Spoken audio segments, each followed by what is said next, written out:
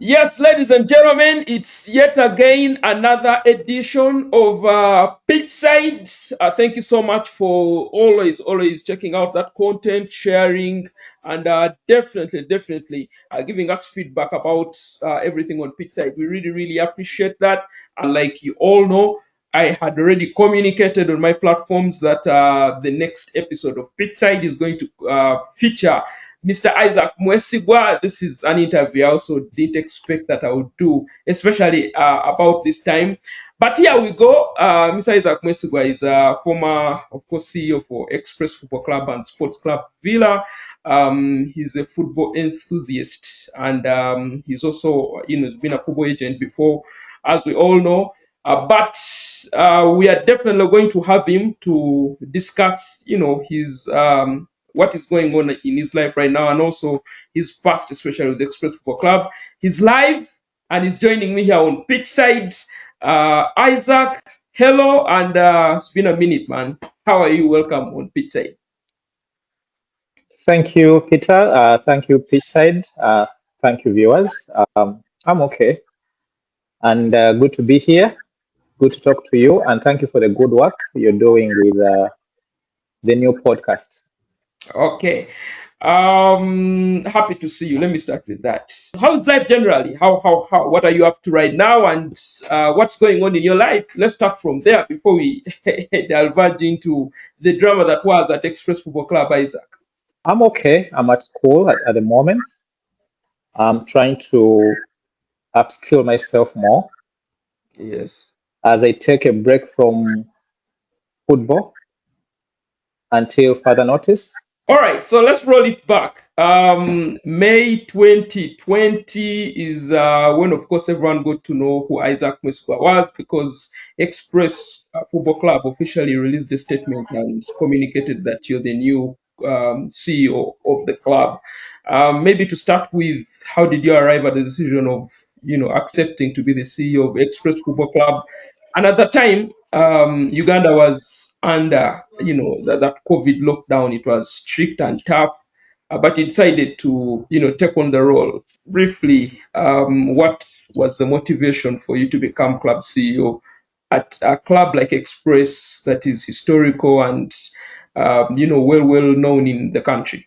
First of all, I had been in the football circles, especially at KCCA for a while.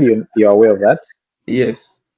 And there were quite a number of people who had been luring me to, join a particular football club to see how we can make things, work. And the discussion had happened actually 2 months um, before that. I think at the time the first discussion was when I was traveling to Algeria to finalize the deal for Alan Okello. That's when real discussions happened. So I talked to the chairman, KK, and it was a chance for me to manage a historical club like Express, to dive into a challenge, the challenges they had at that moment. They were, I think, they were 12 at that time, and I mean, it was crazy. And I felt that with a person like KK at the helm, with what he sold at that moment, I felt that it was a challenge worth taking on. All right. I was part of that team that you set up, and of course, we did some quite amazing work at the club that season, before the next season where things went south. But generally, how would you describe your experience working at Express Football Club and the achievements you got, of course, in the first season, winning the league, winning the Sekapa Kagame Cup, and putting together that kind of team that Express had? How would you describe the highs, or how do you describe your wins at Express Football Club? Well, first, I would like to honestly thank the chairman for having entrusted me with the club. We sat and agreed on how the club should be run, because I remember him telling me, I'm having a headache with this club. Every phone call, the club needs water. The players have not eaten. We have not traveled. All these calls were getting to him. So I realized that the first biggest problem was the club did not have structures. So everything was all over the place. And that was the biggest problem. So when I accepted the offer, we agreed that we put structures in place. And as a CEO, I have autonomy of running things. The chairman remains at the strategic level of the club, and the CEO becomes the operations manager, not the other way around. So for me to be able to, succeed, especially in the first one season, one was to employ the right people that I knew would do the job. And I'm saying the right people across the board, because you know what happened? We had to, from playing staff, the technical team, the secretariat. And then after that, I sold them my vision that Yes. we're going to run express like how you'd run a corporate institution. Have proper structures, let people have roles and account for their actions. And then also make sure that these structures are well followed. And we also made sure that we informed all the stakeholders of what was going on periodically. By me being the accounting officer of the club at that moment, I needed to account to the board headed by the chairman. But of course, all these came in with a lot of resistance. But as a person I am, I had to wear the thick skin to make sure that whatever came my way, I had to resist and make sure that I followed the path I believed in. So I believed in what I was doing. Abasinga bakiyita lugezigezi, but that is what I believed in, and as you know, that it brought success. You also need to understand that we had a lot of resistance. Me coming from KCCA, people used to say I was not an express person, but I kept telling them Yes. it has nothing to do with being an express fan, because Express had quite a number of former CEOs who were real express fans, and things did not work out very well for one reason or the other. So I came in, closed my ears, and started doing things the way I felt were supposed to be done. And we also what we managed to get.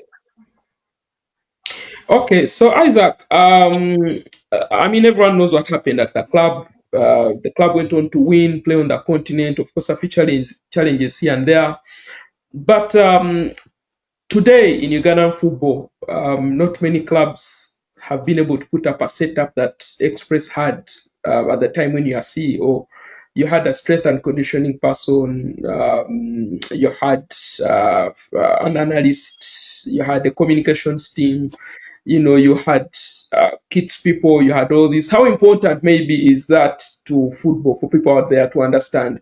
And how are you able to make sure that all these departments are able to execute and deliver without any qualms of me, I'm not supported, me, I'm not appreciated?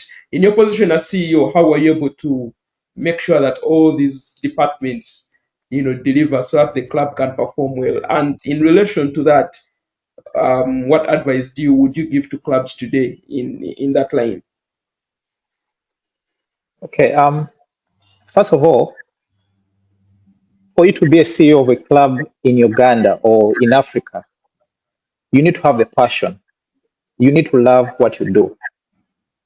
During my time, you're aware, we used to work Monday to Sunday.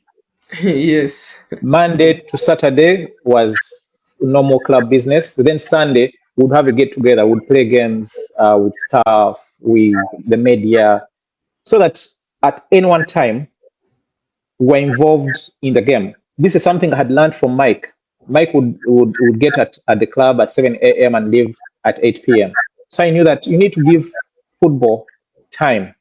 You need to love what you do.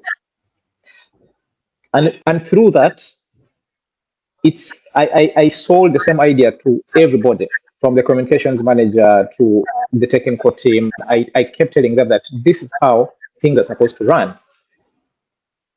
For all these departments to keep motivated, I gave them autonomy. For example, I'll tell the communications manager, that is your department. You are an expert in that department. All I need is the reports, and I need to see good work. How you do it is none of my business. Get me the budget, run your department. And it cut across. Even strength and conditioning. Helen would come in and say, tomorrow we are doing this. For example, she had told me she doesn't need gym sessions. All she needed was time at the pitch with her equipment. And I remember telling her, get me the budget of what you want, go and buy your stuff, put them at the stadium, and that's it. The same applied to the chairman. He didn't want to know how I spent the money. He wanted me to account for the money. What am I trying to say?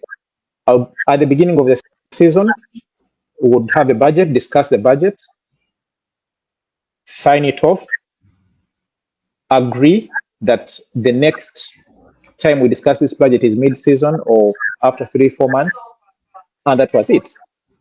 So by giving people autonomy and power, different department heads were motivated to do their work. They felt a sense of ownership, and there was no interference from the top. That alone gives motivation to the team, and to make sure that they carry out their tasks accordingly.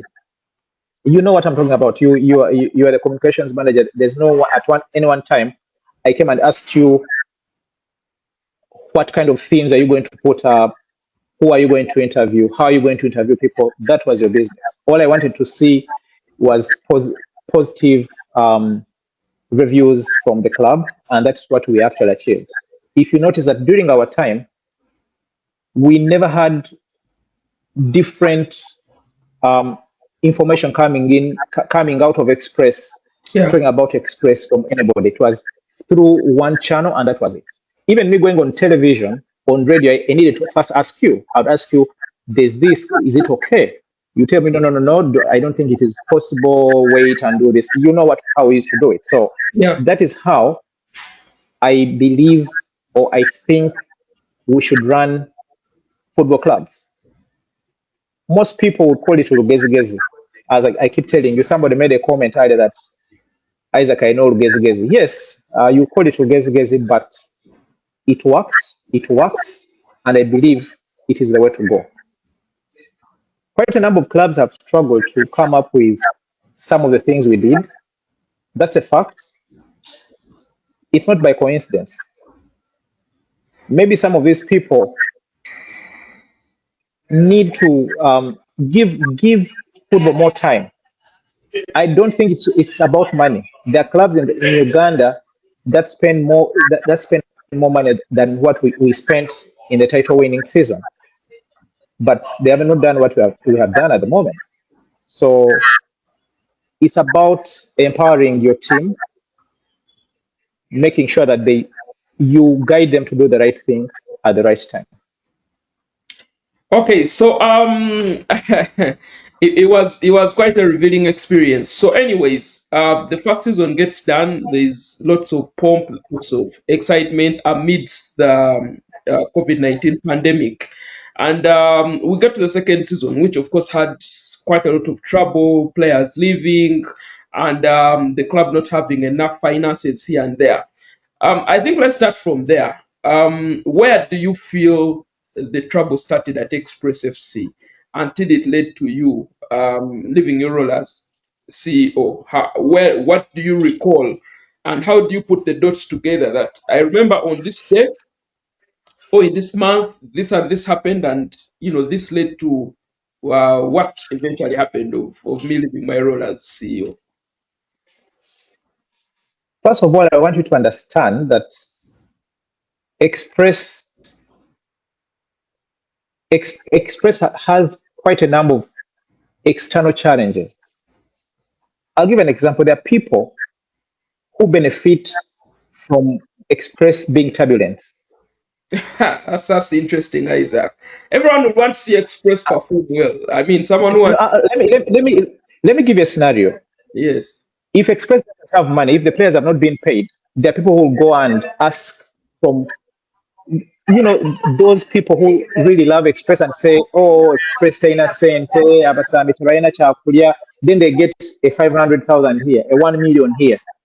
That money sometimes never reaches the club. So when we came in, I told them nobody should go and beg for Express money.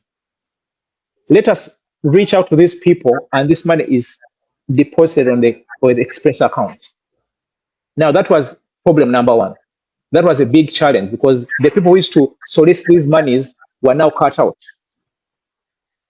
Okay? So, by Express being stable and winning, it became an issue. Okay? This is a fact. There are people right now who are happy that Express is where it is. But I can assure you that Express has the capability of being at the top. Express has the most ardent fans. Forget the ones you see in the media making a lot of noise, but there are fans out there who love Express. There are people who love Express out there, and they're willing to to work with the right people. So after the title winning season, the vultures came back. They wanted now to put us down again because everything was stable and they were not benefiting. At the same time, I got a feeling that this is actually not a feeling. This is what the chairman told me. He said, now that we're capable of winning things and the club is stable, we need to go out there and start looking for funds, which is actually true. And I supported him in that on that front. However, it shouldn't have been drastic. It should have been a process whereby you say, okay, if I was giving, I'll cut now the budget to 60%, go and try and look for 40%. And then, of course, we also had another issue of some people thinking that they are the ones who won Express trophies. They did not want to hear that it was a collective effort.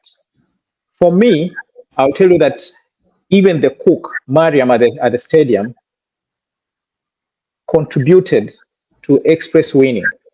Even the kids person, the guy who marks the pitch, Serebe, Moses, the border guy, the transport guy, everybody was involved.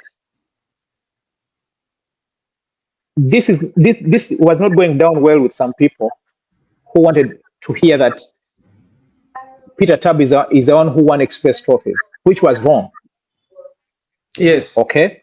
So it also brought friction because several times we'd go to the media and actually talk to people and tell them it was a collective effort from the top, from the chairman down to the last person.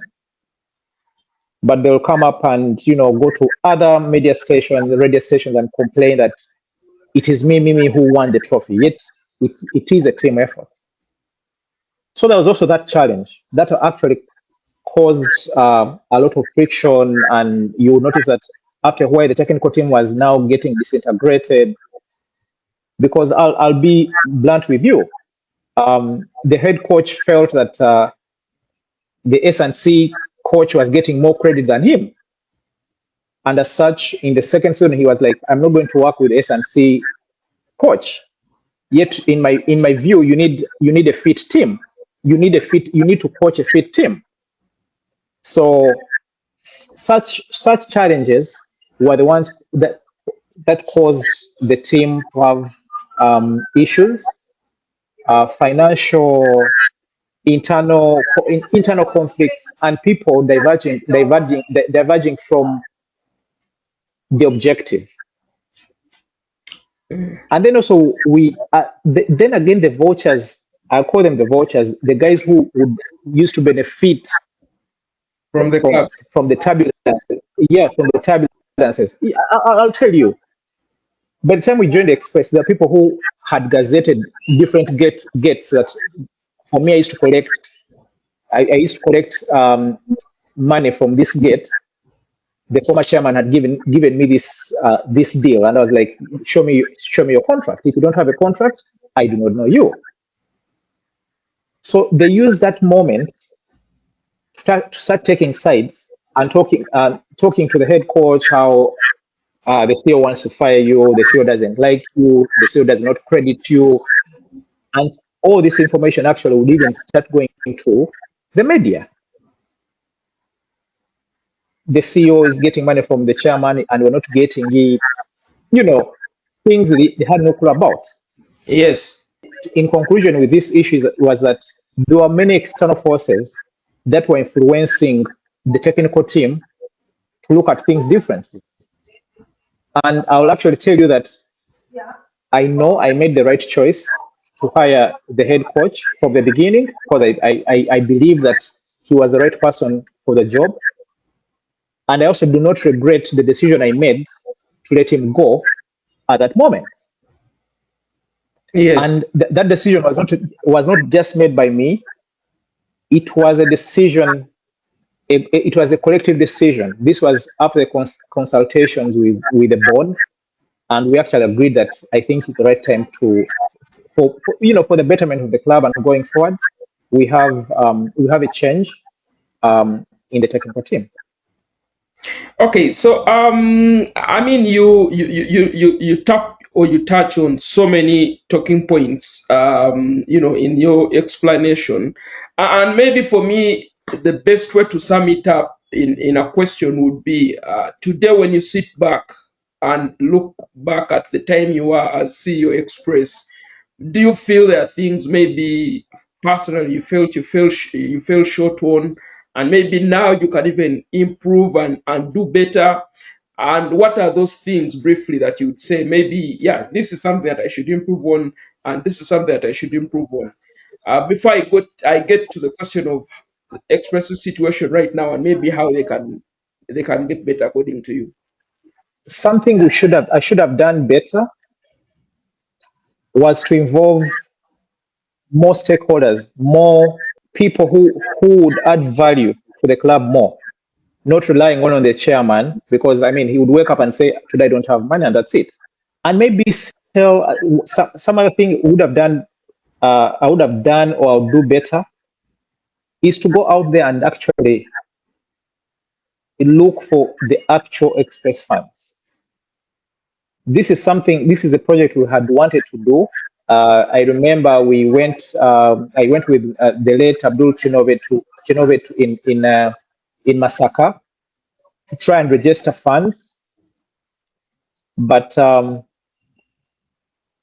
what I'm trying to say is that I would immediately try to have initiatives that would make the club more sustainable, so that it gets out of this whole business of relying on an individual, or if the sponsorship is not coming through, the club is in trouble.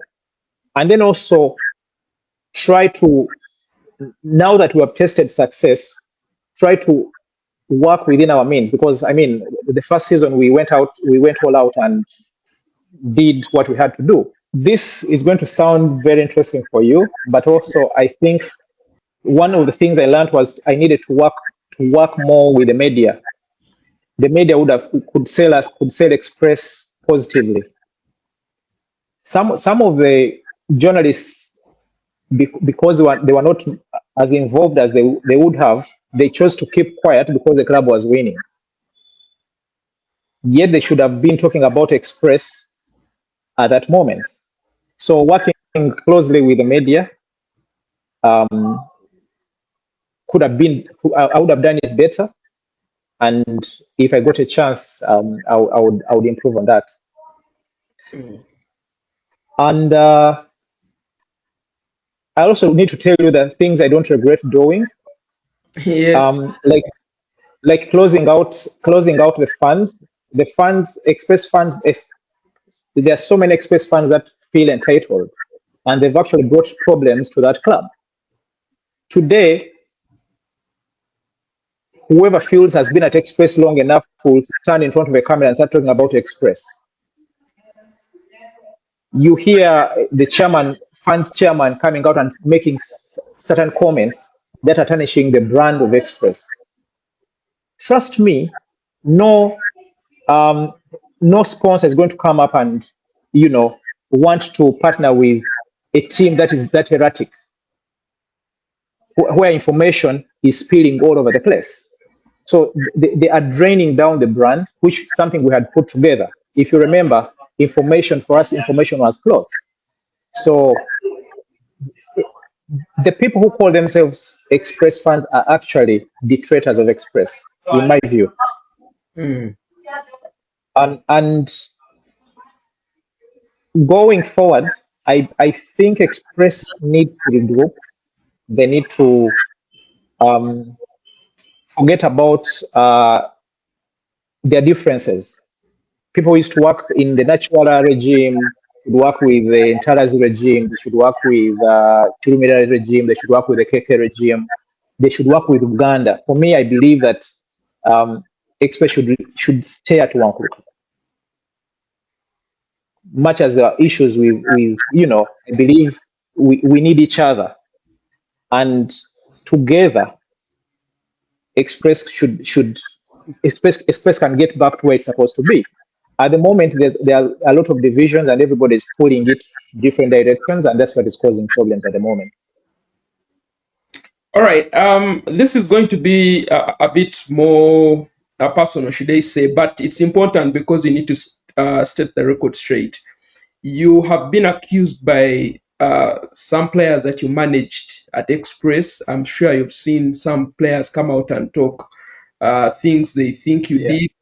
Others have accused you of not being honest with finances and stuff like that. I know for sure that there are a number of players you came out and supported in one way or another, during your time at Express FC. But just to set the record straight, when you sit back there, do you think you served the players and the people that you worked with all the honesty, and that you have nothing against anyone, even if they say you did ABCD? And if you have any examples, especially with the players, you can cite them out, because I think it helps ease the tension that has been building up here and there. Okay, first of all, I'll want to make this very clear. I'll run you through a simple process how is to handle finances at Express. All the finances at Express will go to the club account. The chairman was a principal signatory, myself, and the secretary, Bole Francis. So there was no way I would withdraw money without the consent of the chairman or one of the board members. So I would make a requisition based on the budget code, an approved budget, an approved season budget. Every time the voucher would be sent for signature, the chairman or the other signatory would confirm that this item is on the budget and it is approved. It was approved on the budget. Then the money would be signed off and then we'll get it from the bank. All salaries were paid through a bank account. You know that, and everything that was paid to the players was through the bank account, including bonuses, including the 50,000 bonuses. You are aware of that, including transport. Everything was paid on the bank account. There was no cash handled, apart from petty cash, of course, basic things that were being paid through cash. I hear so many stories about me that I mismanaged money and stuff like that. But if you have that kind of process and it was being followed, there's no way I would withdraw money and then use it for something else. I'll take an example. Recently, I saw a video of Mwesigwa saying that I would get players' salaries, Nenzo Zamu, and then pay later. I think it was said out of ignorance of the process, ignorance of how things were done, and it is because some of these players are used to these kind of things. Maybe where he was before, where he used to play before, they used to pay them in cash. Something they were not used to. I'll also tell you about the players I actually helped at Express. I'll give an example. The same player, the same Godfrey Wasswa, picked money from Bull. That time it was Kongola who was the CEO. He got money from Bull in the pretext that he's going to be signed up. That was about 1.8 million or something like that. So as the security, Bull got his national ID and passport until he signs the contract. That was off season. So of course we needed to, he was a good player. We got in touch with him. He told us, I can sign. I haven't signed with anybody and stuff like that. So I drove to Fufa, to finalize. He had signed all the agreements to finalize with him. I meet Kongola there, the then Bull CEO. We start discussing, which players they have signed and stuff like that. Then the Wasswa story comes up. He says, I'm also here to finalize with the Wasswa. I told him I'm also here to finalize with the Wasswa. So which is which? So anyway, I told him, look, for me, I met him recently. You met him months back, but I met him 2 days ago, and we have finalized everything. I've even paid him. So he's my player. He told him, but he's your player, but it's me with his national ID and passport. But anyway, as the two CEOs, we had a relationship. He told me, go ahead and sign him, but you need to compensate me. He needs to pay back my money. I told him, no, anyway, talk to him. He refunds your money. For me, he's my player because I've already paid him. So what I did, I went ahead and partially registered Mwesigwa, as in getting his signature, his contract approved by the federation, and in the presence of Kongola, meanwhile. But then I drove with Kongola to my office, called Mwesigwa. He didn't know that Kongola was there. So the three of us, I asked him, so did you pick money from this guy? He couldn't say anything. So I just knew that he had actually picked money from Kongola, and Kongola had evidence because he had his national ID and passport. There's no way he would have got those things without Mwesigwa's consent. So to cut the story short, we all agreed that as Express, we pay Bull the 1.8 he had picked, but Mwesigwa takes that as advance because there's no way, because he says he didn't have any money. We take that as advance of his salary. And we had a payment plan about 4 months, because we didn't want to take more than 50% of his salary. So it did not go down well with him. He started making a lot of noise, but I think it was the right thing to do. We had two options, either not to sign him or he pays the money. But the head coach wanted Mwesigwa by hook or crook. You knew how Bbosa used to like his players. All he told him was,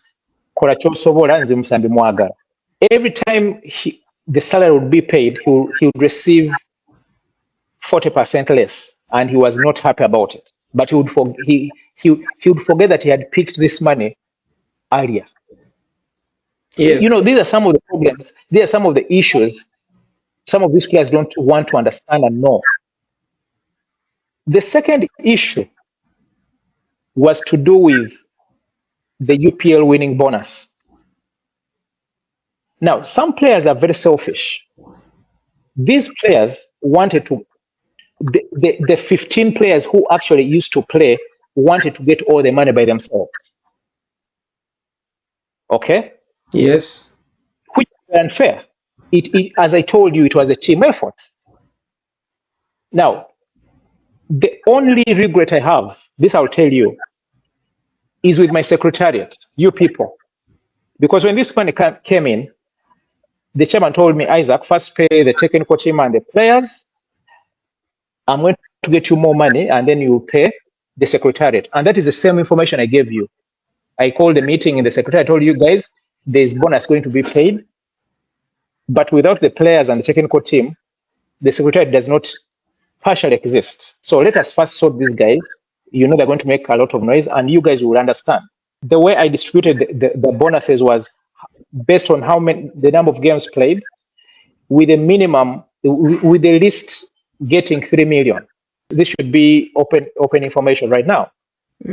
If you're a squad player and you didn't play a single game, or whether you're injured or not, the least you got was 3 million. And I think the maximum pay was 7 million. The likes of Morushid, the first team has got 7 million. All of them. The first team has got 7 million. The other people got 3 million. What I had wanted was the little we got had to be shared. And this money was deposited on the club account. So the chairman tells me the secretariat and the coaches would get their money later. This is something that never materialized, and you're aware of that. And I got problems actually with my team because they felt they were left out. It's not that the money was put on the club account and I refused to pay. No. You have to remember that even after getting the 7 million, they started complaining that we should have, where did you have to pay all these other people? We are supposed to get 10 million. Until I had to call in the chairman to come and explain this issue. I'll also tell you the issue of the head coach. At the beginning of his tenure at Express, yes, he wanted a sign-on fee. A sign-on fee of about 28-30 million. But I knew Bbosa personally, and I told him, look, you're going to get this 28 million. Before the season ends, you'll have no money. This is very little money. How about we strike a deal? You win a trophy, we get you something tangible, the club gets you something tangible. Maybe we buy you land. Then you start building. Because for me, I wanted something progressive. I wanted something for him and his family. Because I know Bbosa and his family. We are that close. At the beginning, it did not go down well with him. But I stood my ground. I told him, look, I'm not just this guy's boss, but I'm also here to help him develop personally. I don't want him to end his start at Express and he has nothing to look back to. So I insisted and told him, look, we're going to put in your contract that if you win the UPL, we're going to buy you land and then you can start from there. We spent a few days or weeks without talking because he was very angry, did not get any sign-on fee. But I told him, look, you'll thank me later. So when this understanding was between myself, the head coach, and the chairman. Yes. Now, the day of the bonuses, I was giving out money to the other coaches, and Bbosa was not receiving anything because I knew his bonus was bigger and different. And I expected him to understand this. But he made a lot of noise. He said, how come me I've not gotten anything? You want me to leave and stuff like that. This was after we had this meeting of the distribution, and he had gone back to Wankulukuku, and in the night he was making a lot of comments about me, how I don't want to pay him, and stuff like that. I went to his house, met him with his family, and I broke it down. And actually his wife was happy. I told Wasswa, look, you want to get 5, 7, 6 million and you want to forfeit something bigger. Hold on, I'm going to get for you your bonus because I actually appreciate your effort. Before I left, I handed him 3 million. This was, he told me I have issues, I need to pay rent, I don't have anything, I also need money now. I got him 3 million to calm him down. You know how he used to act. I think after 2 weeks, I deposited 40 million on his account with clear conditions. After depositing the money, I called a real estate dealer who was his friend, Herbert of Wankulukuku, asked him that we had an idea for the head coach. He has received money. Please proceed with him, buy land for him. I don't want this money to get wasted. He bought the land, I think, in Chitende. And nobody knew that he had actually received this money. I'd actually remember he went ahead and made a lot of comments that he never received any bonus. I think in his head he felt that bonus is cash at hand, but even a land title is a bonus. Mm. So these are some of the things that people did not know that I needed to tell you that I was trying to do. And I'll also tell you, I think about a year ago, Wasswa called me from an unknown number. He called me. I think it should have been 2023. I was going to ask He you, called me. No, maybe briefly, what is the relationship now with Coach Bbosa after all that happened while you are still at Express Football Club? well, on my side, I have no problem with him. We could have disagreed in principle. Yeah. Personally, I have no issue with him. I don't think he has an issue with me, because I was telling you, he called me. He actually called me and he thanked me for what I did, because I think he had almost completed his house. Back to the players. Ugandan players do not appreciate. In conclusion, I personally don't have an issue with Bbosa. I feel happy with what I did for him. And if you ever get a chance to talk to him, I'm sure he will tell you the same. I want to apologize to my secretariat. I promised to pay them, and this did not materialize because we actually did not get money. And I also want to tell you that in the near future, I'll still work with the same secretariat, because you're my people. And I believe you still believe in me, you still believe in my ideologies. And I hope that this time around we'll do things better in terms of finances, so that I don't have to just promise you, or when I'm paying everybody else. Thank you very much. On that point of clarity with the players and the money is really happy that Coach Bbosa got that large sum of money, and I'm pretty sure he made the best out of it. So life at Express came to an end. You moved on. You had a short stint at Sports Club Villa. I would like to know what transpired, because you came with a lot of pomp at Villa. You are part of the team that unveiled Dusan Stojanovic, who went on to win the league actually at Sports Club Villa. Why did that fall short? Yeah, the Villa stint. First, for whatever happened, I would like to appreciate and thank Omar Mandela for giving me the opportunity. It was something I was really excited about, because I knew Villa and Express are cousins, you know that. So the vibe is almost the same.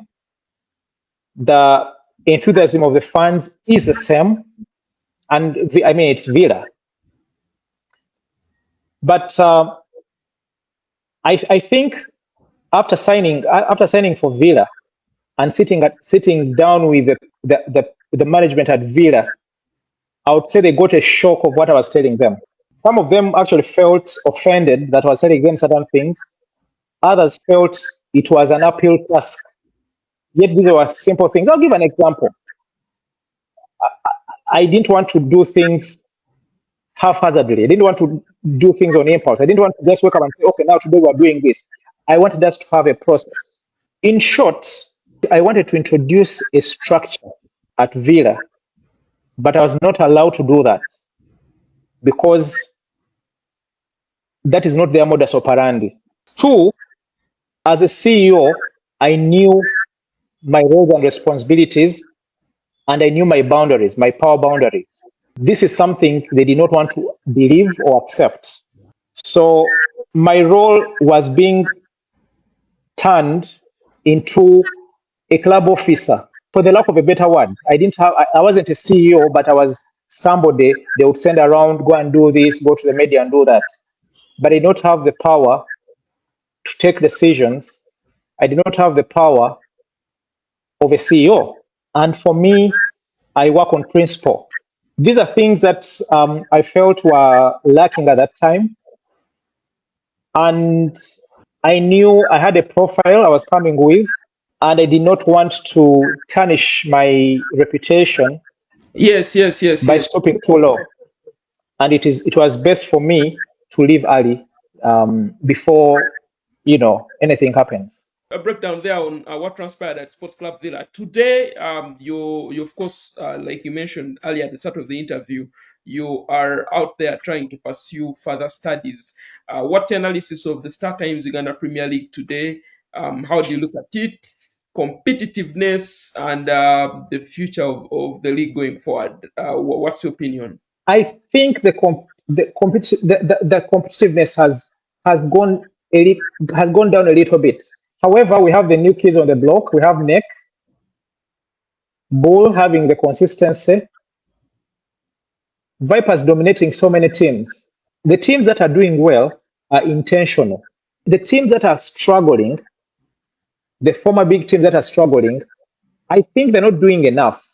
I don't want to leave without talking about KCCA. What should they do better? What haven't they done right? Maybe you can just briefly break it down there. KCC's issues are not technical; they're more administrative. Let the board come on ground and understand exactly what is going on. They have a good team. Their team shouldn't be where it is. We conclude this interview. I need to ask you a very, very interesting question.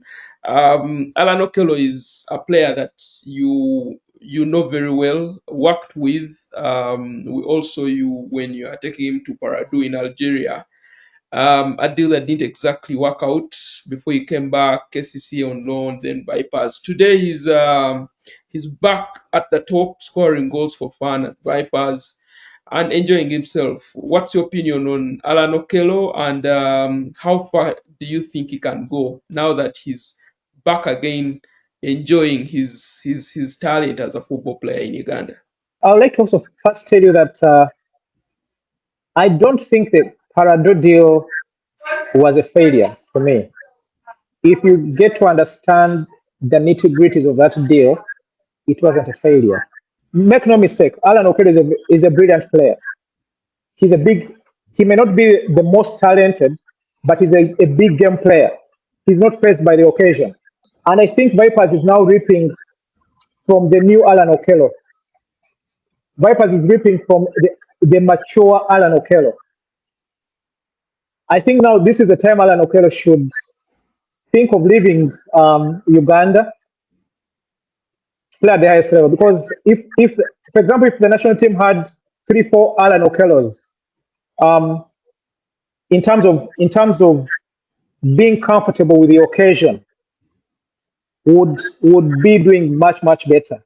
Any parting shots, especially to Ugandan sports, to maybe people? What is next for Isaac Mwesigwa? If you got an opportunity to return to Express, would you jump at it? Maybe at KCC, what role would you still want to do in Ugandan football? Returning to Ugandan football, I'm not so sure if it will happen soon. But if I got a chance, I mean, Express is Express. Express is a demon that you cannot get out of your system. I would still want to do something with Express and for Express. In the near future, if and when an opportunity arises, I would want to serve the game, to see our game in a better place. It's been a pleasure hosting you on Pitchside, Isaac Mwesigwa. Thank you so much. A lot of Thank you. information that you've shared that people are going to look forward to. It was nice talking to you, each side, and thank you for the good work you're doing. Thank you. That was Thank you. who has joined us on Pitchside, giving us an insight on what transpired at Express FC, but also telling us what is coming up in his life as later on. So it's been a pleasure, and yeah, keep it locked. As always, keep it Pitchside. We'll definitely be bringing you more of this information. Cheers.